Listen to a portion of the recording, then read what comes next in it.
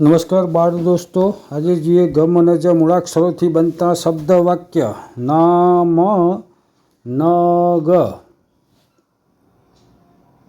નજ મન, મગ મજ, ગન ગમ, ગજ જગ,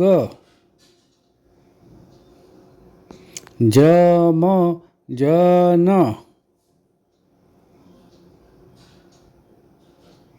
નમન મગજ,